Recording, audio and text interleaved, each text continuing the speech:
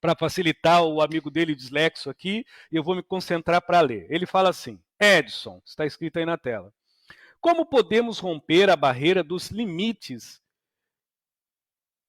ainda na carne do corpo físico, aumentando a sensibilidade? Em primeiro lugar, não existe limite no corpo físico. A gente tem que parar com essas coisas. Não existe limite sensório no corpo físico. Não existe. Não existe limitação sensorial. Se você pegar os livros, peço perdão, com licença, viu? Deixa eu ver se está aqui em mãos aqui, eu devia ter pegado antes. É uma pena, eu devia ter pegado antes, senão eu vou ficar de costas para vocês.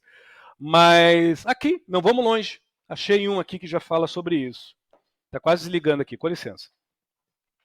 Se vocês pegarem os livros espíritas sérios, espiritualistas sérios, de Umbanda, tipo assim,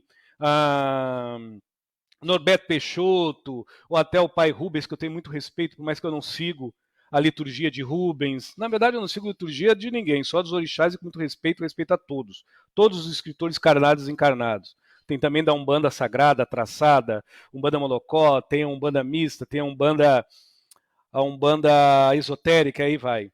Por exemplo, esse livro aqui, ó, Os Mensageiros, é um livro espírita. Mas qualquer pessoa carnada é espírito. Todos os médios eu aconselharia a ler esse livro. Esquece que é espírita. Esquece. Viu, médio de Umbanda e Candomblé? Esquece que é espírita e leia como espírito, que você vai ver que a carne, por mais que a gente venha para cá, a gente esqueça, mas o porquê que eu creio que não existe limite? A gente desencarna, a gente leva, em todos os livros, até de Umbanda, a gente leva o que a gente é. A gente não leva o que a gente faz, a gente leva o que a gente nutre. Já começa aí. Agora, olha como funciona. Por más escolhas e por insensibilidade, insensatez, imaturidade, conveniência e inconsequência, e muita falta de amor próprio, os Maria vai com as outras, que nem o Edson Rosa, tem uma hiper super sensibilidade e uma destreza para fazer o mal, para desejar o mal, para julgar o outro e para corromper os meus princípios. Todo mundo que está me ouvindo aí, na maioria das vezes, se vocês pegarem 10 erros que vocês fizeram em suas vidas, e vocês hoje, 2021, olhar para trás, se vocês botar a mão na moleira, vocês vão dizer de 10, pelo menos 7 vocês poderiam ter evitado, porque muitas coisas aconteceram para você ver antes do erro que estava errando. Mas o porquê que a gente errou?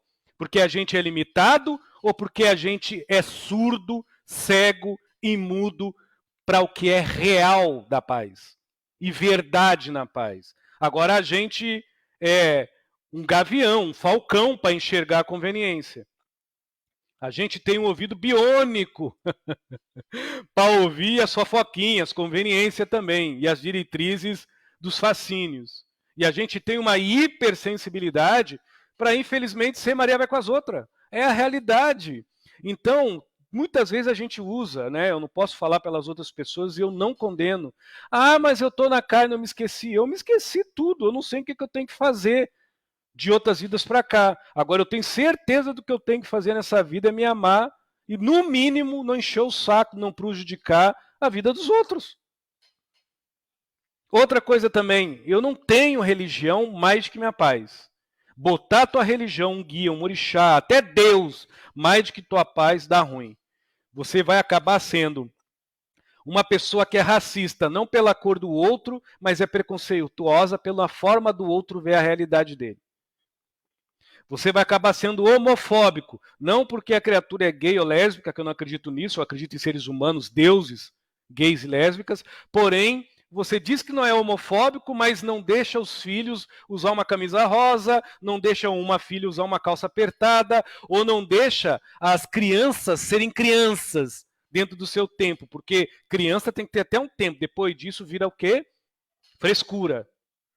Então, eu creio que está na hora da gente criar uma maturidade, nós médios, nós hipersensíveis, com a vida. Hoje não tem mais essa desculpa. Hoje eu estava caminhando, hoje não, ontem na rua, estava vendo os meninos, né? É baleiro, pipoqueiro, profissões honradas, até mendigo morador de rua tem celular hoje. E se não tem, tem uma vitrine para parar e olhar. Aqui em Salvador eles botam o rádio ligado nos muros, é só a pessoa sentar e escutar. Então, não tem como as pessoas dizerem assim, eu não sei o que está acontecendo. Não. A gente realmente sabe muito o que acontece quando nos convém pertencer a um grupo. Mas quase sempre a gente não sabe o que acontece aos nossos pertences da nossa intimidade. Aquele pertence que lhe valoriza, além do que faz. Aquele pertence que lhe dá hombridade, além daquilo que você impõe, do que você demonstra, mas que lhe dá a vantagem da paz mediante aquilo que você nutre. Valeu? Entendeu, meu amigo? É o que eu penso, José. Então não tem limite. Outra coisa também, José. Você pode entender que não tem limite na carne se você entender que o que há de mais espiritualizado numa expressão humana é a educação. A educação verdadeira, para quem é espiritualizado, mesmo sendo ateu, é aquele que é cordial à ignorância do outro. Tipo, não dá bola pelo mal do outro, mas também não reage, não interage no mesmo naipe da ignorância alheia.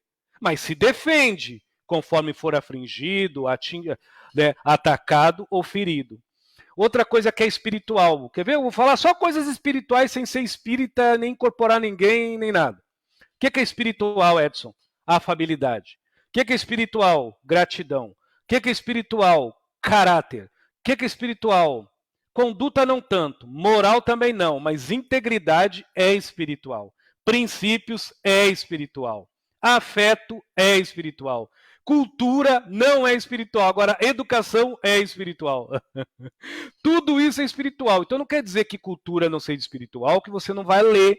Mas não adianta você ler para copiar e impor a tua verdade. Vale mais você ler para aprimorar e sair das tuas mentiras e expor às pessoas que estão em tua volta, pelo exemplo solidário, uma outra forma de realidade, de ser revisto, de ser visto, né? De ser adequado, readaptado, ou até perseguido ou adorado, que seja, mas pelo menos você não julga com as palavras, né? Você contribui mediante seus atos humanos. E isso é espiritual. Então, José, não tem limite, não. Corpo não limita, não. Agora, é difícil a gente manter um padrão de educação, não de porventura, por obséquio, todavia. Não. É difícil a gente manter uma postura de educação aonde a gente não trai os nossos princípios e aonde a gente não destrua a nossa integridade. O problema não está em manter a educação com o outro. O problema é a gente ter a educação de se amar, sem impor em condicionamentos. Isso é que limita a carne a sentir as benevolências do Espírito. Valeu, meu amigo? Ai, Jesus, deixa eu só tomar um pouquinho aqui desse meu cappuccino que está turbinado, que a Márcia fez.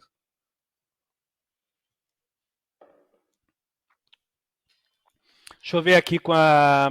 Fazer a caridade sem vontade verdadeira tem alguma validade? Total, para o outro. Para o outro.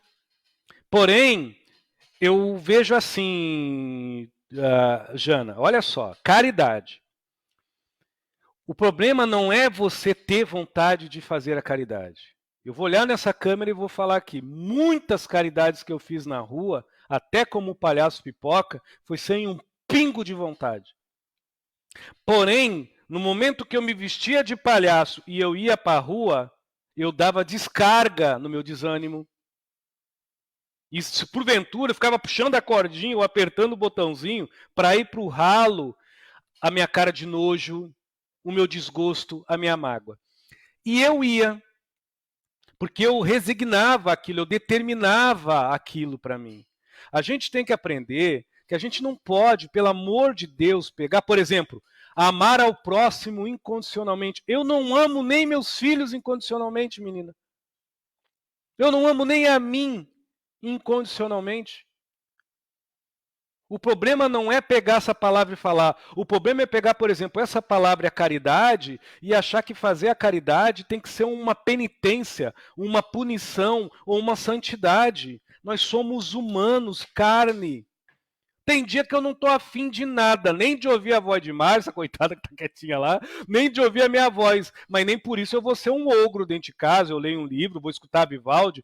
Márcia sabe a minha senha, eu botei Vivaldi, tô escutando, música clássica, eu tô no meu... tô virado. Aí dá 5 minutos eu volto ao normal, começo a falar com os passarinhos, com o gato, com as pedras, e volto ao meu normal. Então, tem algum problema fazer a caridade sem vontade? Tem algum problema você não ter vontade de fazer nada de caridade. Aí tem problema. Inclusive, ter vontade de viver, ter vontade de fazer melhor, ter vontade de ser feliz. Essa vontade, se não tivesse, aí seria o problema. Tem horas que eu não estou com vontade nem de dar bom dia, boa tarde, boa noite. Nós somos humanos, é o momento, é o destempério e é o temperamento de todo mundo. Por isso que é uma das coisas que eu comecei, não é me afastar, mas sair assim de algumas doutrinas mais humanas e ficar só com a doutrina espiritual e mesmo assim interpretada de uma forma que não fira ninguém e eu não seja o dono da verdade, e não sou, mas de uma forma mais fraterna e de uma forma mais universalista e crística, sem crítica, porque, cara, quantas vezes, nunca me esqueci lá em Porto Alegre, os meninos me chamando, ó, Edson, vamos lá, a gente tá atrasado, eu olhar pro relógio e falar, cara, eu não tô com saco, hoje não, hoje não. Sem um pingo, mas sabe o que é sem nenhum pingo de vontade? Mas, Edson, por que você foi? Porque eu não posso fraquejar com esse tipo de desânimo. Aí vem aquela coisa que eu falei no começo, Jana, maturidade. Em nenhum momento das caridades que eu fui fazer sem vontade nenhuma, eu pensei em casa espírita, em caboclo, em espírito, em Jesus, em Deus, não. E outra coisa, eu não sou hipócrita, em todo momento que eu fui, hoje que eu estou violento, até batendo em mim mesmo, em todo momento que eu fui fazer a caridade sem vontade, eu pensei em mim. Nem pensei nos outros, pensei em mim. Mas o que eu pensava de mim? Eu pensava, pô, cara, você vai envelhecer. Eu fazia lá na Spam, nem sei se tem ainda lá em Porto Alegre, uma casa de pessoas idosas. Spam, o nome lá. É no bairro Cristal. Pra quem é de Porto Alegre, eu não sei se tem ainda, se tem alguém que fale, mas tinha antes. E eu ficava pensando, pô, cara, desanimado? Você vai lá, os velhinhos ficam rindo, brincando, e realmente, a gente entrava nas portas, os velhinhos já rindo, brincando, aquilo ia me dando passe. Me dando passe, quando vê o palhoço pipoca, revivava o Edson Rosa mal-humorado. O que eu aprendi com isso? Que nós precisamos entender que poder de fé é força de resiliência. A gente precisa entender, pelo amor de Deus, Jana, eu vou falar bem devagar, não é para você, é para mim ouvir. Edson, poder de fé, Deus opera na força que tu tem de resistir, da resiliência, de mesmo tendo tudo para estar triste, você se faz contente. Mesmo que você tenha tudo para estar extremamente estressado, cansado por fora, mas por dentro, você, por resiliência, por deterrimento, você diz, não, para um pouquinho, eu posso andar, eu posso ir, estou cansado, mas eu vou ficar cansado aqui, vou ficar cansado lá, então eu vou para lá, porque menos lá eu vou viver, eu vou sair desse marasmo. Então, fazer a caridade sem nenhuma vontade vale para os outros, mas quando a gente começa a vencer esse cansaço, esse marasmo, não por prêmio, mas por resiliência, por resistência a uma disciplina ética, não tem nada a ver com religião e espiritual, cara, você ganha um passe. O teu passe é você ver que quando você faz uma caridade sem vontade, isso converte na tua vida para as maldades que batem tua porta, para as injúrias que tentam pular tua janela, ou se não, para os processos de traição que tentam arrancar as colunas da tua casa e do teu teto. Você fica lá que nem uma rocha, firme. Porque se você tem a resiliência, o contentamento, busca lá nas veias aquilo, para você fazer o bem para alguém que você nem conhece, vencendo o teu mau humor, no caso Edson Rosa, vencendo o teu estresse, isso vai te dando um empoderamento. Isso vai criando um corpo dentro da gente, além da nossa matéria. Isso vai criando um espírito com minúsculo, não com maiúsculo, espírito de essência dentro de você, que você está passando os piores males do mundo sorrindo. Você está vivendo as piores coisas do planeta suspirando e ninguém entende o porquê. É porque você não tem o poder da fé que transforma. Você tem a força inaquebrantável da resiliência que tudo transforma. Até me empolguei um pouquinho, mas é a realidade, pô. Mas aí cada um, né? Cada um com a sua fé. Valeu, Jana? Não tem problema não, minha amiga. Bem-vinda aos humanos. Bem-vinda, viu? Tamo junto nessa aí. Muita vez eu não tô afim. Agora, quando eu vejo que eu não tô afim mesmo e eu vou ir entregar uma marmita mal-humorado, já toma isso aí eu não vou. Agora eu venço algumas coisas em mim que faz parte. Não tem problema nenhum, não. A gente só não recebe pela caridade que dá, não pela força de vontade que não tem de ir lá fazer a caridade. A gente só não recebe a caridade que dá se pela bondade que diz doar é com a pretensão do mal, de algo receber. Pela caridade que prestar, espera alguma coisa em troca, porque algo quer para se valorizar. Então, essa coisinha de dizer eu não estava afim, poxa, mas eu fui e depois eu relaxei e a coisa fluiu. Parabéns, Jana, isso é ser humano, sangue na veia, gente viva, que realmente está começando a entender que ser humano é ser divino e sagrado. Divino e sagrado. A gente tem que parar com essa hipocrisia de santidade, pelo amor de Jesus.